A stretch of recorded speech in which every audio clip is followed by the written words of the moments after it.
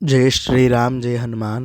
సనాతన ధర్మంకి అందరికీ కూడా స్వాగతము. ఈరోజు మనం సుందరకాండలో 62వ సరికి చెప్పుకుందాము. ఈ వీడియో చూసే అందరూ కూడా జై శ్రీరామ్, జై హనుమాన్ అని ఒక కామెంట్ చేయగలరు. ఓం శ్రీ మహాగణాధిపతయే నమః, శ్రీ మహాసరస్వత్యే నమః, శ్రీ గురుభ్యో నమః. హరి ఓం. ఓం శుక్లాంబరధరం విష్ణుం శశివర్ణం చతుర్భుజం ప్రసన్నవదనం ధ్యాయేత్ సర్వవిఘ్నోపశాంతయే. అగజానన పద్మార్కం గజాననమహర్నిశం అనేకదం తం భక్తానాం ఏకదంతముపాస్మహే. గురుబ్రహ్మ గురుర్విష్ణుః గురుర్దేవో మహేశ్వరः, గురుः సాక్షాత్ పరం బ్రహ్మ తస్మై శ్రీ గురవే నమః. అఖండమండలాకారం వ్యాప్తం ఏన చరాచరం తత్పదం దర్శితం ఏన తస్మై శ్రీ గురవే నమః. అజ్ఞానతిమిరాంధస్య జ్ఞానాంజనశలాకయా చక్షురున్మీలితం ఏన తస్మై శ్రీ గురవే నమః. యా కుందేందుతుషారహారధవళా యా శుభ్రవస్త్రావృతా యా వీణావరదండమండితకరా యా శ్వేతపద్మాసనా యా బ్రహ్మాచ్యుతశంకర ప్రభృతిభిర్దేవైः సదా పూజితా సా మాం పాతు సరస్వతి భగవతి నిశ్శేషజాడ్యాపహ. కూజంతం రామ రామేతి మధురం మధురాక్షరం ఆరుహ్య కవితాశాఖాం వందే వాల్మీకికోకిలం. గోష్పదేకదవారాశిం మశకీకృతరాక్షసం రామాయణ మహామాలారత్నం వందే అనిలాత్మజం. మనోజవం మారుతతుల్యవేగం జితేంద్రియం బుద్ధిమతాం వరిష్టం వాతాత్మజం వానరయోధముఖ్యం శ్రీరామదూతం శిరసా నమామి. వైదేహీ సహితం సురద్రుమతలే హైమే మహామండపే మధ్యే పుష్పకమాసనే మణిమయే వీరాసనే సుస్థితం.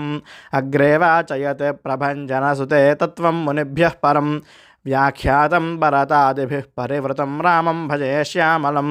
నమోస్తు రామాయ సలక్ష్మణాయ దేవ్యై చ తస్యై జనకాత్మజాయే. నమోస్తు రుద్రేంద్రయమానిలేభ్యో నమోస్తు చంద్రార్కమరుద్గణేభ్యః. శ్రీరామ రామ రామేతి రమే రామే మనోరమే సహస్రనామ తత్తుల్యం రామ నామ వరాననే.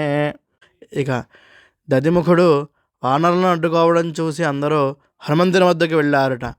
హనుమ, మేము ఈ వనములో మధువును సేవించడానికి ప్రయత్నిస్తుంటే ఈ దధిముఖుడు అడ్డుకుంటున్నాడు అని అన్నారట. హనుమంతుడు వానరాలను చూసి ఇలా అన్నారట, మీరు ఎవరికే భయపడకండి, మీ ఇష్టం వచ్చినట్టు ఈ మధువనములో మధువును సేవించండి, మీకు ఎవరైనా అడ్డు చెబితే నేను వాళ్ళని అదుపు చేస్తానని అన్నారట. ఇక ఆ మాటలు విన్న అంగదుడు చాలా సంతోషించాడట. మీరందరూ ఈ మధువనములో సేకరించబడిన మధువును తనివి తీరా తాగండి అని చెప్పారట. మన హనుమంతుడు మనము చేయలేని కార్యమును సాధించుకొని వచ్చాడు. ఈ సంతోష సమయంలో మీరు ఏమి చేసినా నేను ఏమీ అనను. ఇక్కడ మధువును తాగడము మనము చెయ్యకూడని పని అయినా హనుమంతుడు చెప్పాడు కాబట్టి మనం చేద్దాము అని అంగదుడు అనుజ్ఞ ఇచ్చారట వారికి. ఇక ఆ మాటలు విన్న వానరులు అందరూ అంగదుడిని అభినందించారట. అందరూ మధువనములో ఉన్న మధువును తాగడానికి ఉద్యమించారట. యథేచ్ఛగా మధువును సేవిస్తున్నారట, ఫలములు తింటున్నారట, అడ్డం వచ్చిన వనపాలకులను చితక కొడుతున్నారట, కుండలతో మధువును సేవించారట. అందరూ మత్తులో తూలుతున్నారట. అసలే వానరులు, పైగా మధువు సేవించారు.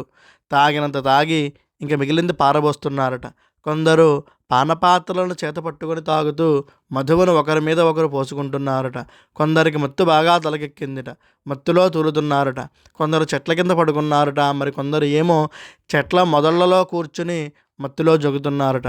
కొంతమంది ఒకరిని ఒకరు తోసుకుంటూ నడుస్తున్నారట. కొందరు పెద్దగా అరుస్తున్నారట. కొంతమంది ఈలలు వేస్తున్నారట. ఇక మరి కొంతమంది అలాగే ఎక్కడ అంటే అక్కడ నేల మీద పడిపోయి దొల్లుతున్నారట. మరికొందరు తాము వనపాలకులను ఎలా కొట్టింది ఒకరితో ఒకరు చెప్పుకుంటూ ఆనందిస్తున్నారట. మరికొంతమంది మత్తులో ఏమి చేస్తున్నారో తెలియకుండా వికృతమైన చేష్టలు పనులు చేస్తున్నారట. వానరులు ఇలా మధువంశమును ధ్వంసము చేస్తుంటే వానరుల ఆగడాలు భరించలేక వనపాలకులు తెరకొక దిక్కుకు పారిపోయారట. ఈ వానరులు వాళ్ళని తరిమి తరిమి కొట్టి ఈడ్చుకొని మూలలకు తోసేస్తున్నారట. ఆ వనపాలకులు అందరూ దదిముఖుని వద్దకు పోయి తమ గోడు వెళ్ళబోసుకున్నారట. వానరుల ఆగడాలు అన్నీ వివరంగా చెప్పారట. హనుమంతుడి అనుమతితో వానరులు మధువనమును పాడు చేశారు. అడ్డం వెళ్ళిన మా అందరినీ తన్నారు, కొట్టారు, నేల మీద పడేసి ఈడ్చారు అని దదిముఖుడితో మొరపెట్టుకున్నారట. అప్పటికే వానరులతో తన్నులు తిన్న దధిముఖుడు వారిని ఓదార్చారుట. ఈసారి మన అందరము మూకుముడిగా పోయి వానరులను అడ్డుకుందాము అని అనుకున్నారట. అందరూ మరలా మధువనమునకు వెళ్ళారట. వారందరూ చేతికి అందిన తాటి చెట్లను, మద్ది చెట్లను, వాటి కొమ్మలను, రాళ్లను పట్టుకొని హనుమంతుడు మొదలైన వానరాల దగ్గరికి వెళ్ళారట. ఇలాగే దధిముఖుడు అతని వనపాలకులు కూడా వానరులే.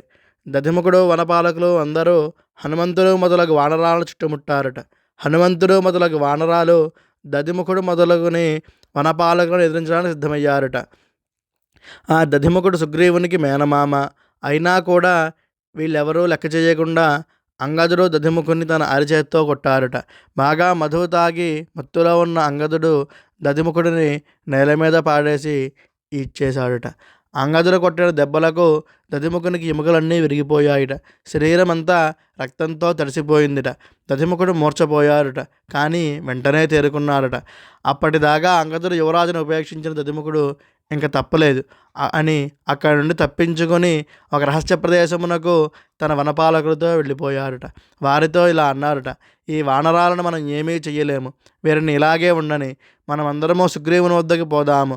అంగదుల నాయకత్వంలో ఈ వానరులు చేసిన ఆగడాలన్నీ కూడా సుగ్రీవునికి చెబుతాము. అప్పుడు సుగ్రీవుడు కోపించి అందరికీ మరణదండన విధిస్తాడు. ఎందుకంటే సుగ్రీవునికి ఈ మధువనము అంటే ఎంతో ఇష్టము. ఈ మధువనము సుగ్రీవునికి తన తాత తండ్రుల నుండి సంక్రమించినది. దీనిని ఎవరు పాడు చేసినా సహించలేడు. ఈ మధువనమును పాడు చేస్తున్న వానరాలకు ఆయువు మూడింది అని సుగ్రీవుడి చేతిలో వీరందరికీ మరణదండ తప్పదు అని అప్పుడు మన కోపం చల్లారుతుందని పలికాడు దధిముఖుడు. తరువాత దధిముఖుడు ఆకాశంలో ఎగురుతూ సుగ్రీవుడు ఉండే చోటికి వెళ్ళాట. అక్కడ రాముడు, లక్ష్మణుడు, సుగ్రీవుడు కూర్చొని ఉన్నారట.